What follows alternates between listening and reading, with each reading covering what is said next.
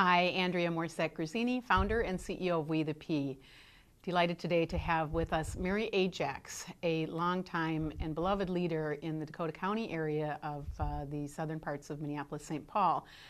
She has been a force in developing all kinds of community connections between diverse groups and communities that has really uplifted this particular area. And now she's at a really exciting point in her life, and we want to learn more about that. So thanks for coming, Mary.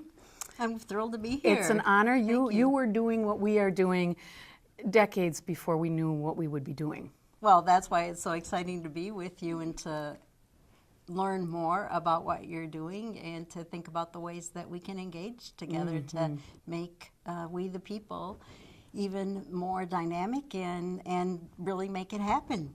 So I'm excited to be a part of We the People. Thank you. So you and I spoke a few days ago, and I was really excited to hear about your backstory. There is this very rich backstory. One of the things that we want to know is where do you come from? Who are your people? And when did you sort of first begin to see yourself as part of the larger world? Well, my people are, it's really an interesting story in that my great-grandparents came to Burnsville in the 1850s from Ireland. And so Burnsville in Dakota County was a really rural, very, very rural area. And so when you ask me, when did I first think about myself as being part of a community, the second I could learn to hear, to talk, to breathe, to walk, to crawl, to do anything. It's literally part of your DNA. It is absolutely part of my DNA because I remember being on the swing set, I remember playing in the backyard, I remember being at the kitchen table, I remember playing on the floor while the adults were at the kitchen table. And in order to have a community, people had to come together to make sure that there were roads, to make sure that roads were plowed, to make sure that the gravel on the roads was drivable, to make sure that we had a school district, which we had one-room schoolhouses. My sister, who is 6 years older than me, and my sister, who is 2 years older than me, both went to the one-room schoolhouse in Burnsville. I'm the only one in my family who didn't go to the one-room schoolhouse in Burnsville. And so people had to come together. We didn't have a post office. We didn't have anything.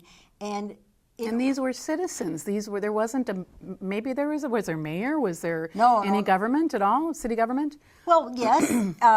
There was a township. There was a township of Burnsville. And so the city government was my ancestors who would come together in their homes, though. So they would meet in their homes to say, well, who's going to plow the streets this year? Okay, you plow the streets. Okay, who's going to do this? Who's going to do that? And that's how we're going to make our community work. Well, then, if we need more, what are we going to do about that? It reminds me, I don't know if you know Eleanor Ostrom. She was the Nobel Peace Prize winner in economics a few years ago, I think 2009.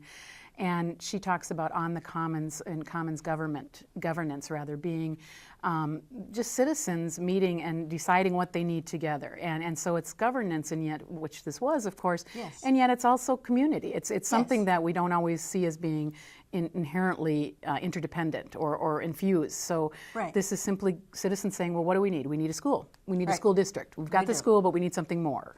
Right? Right, because you couldn't go beyond 8th grade.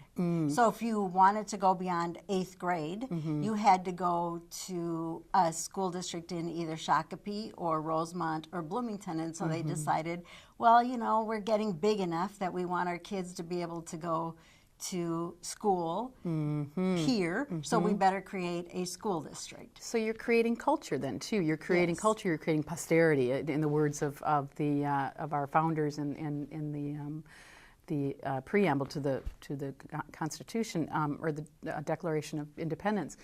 And what's remarkable here is you were also using what you had.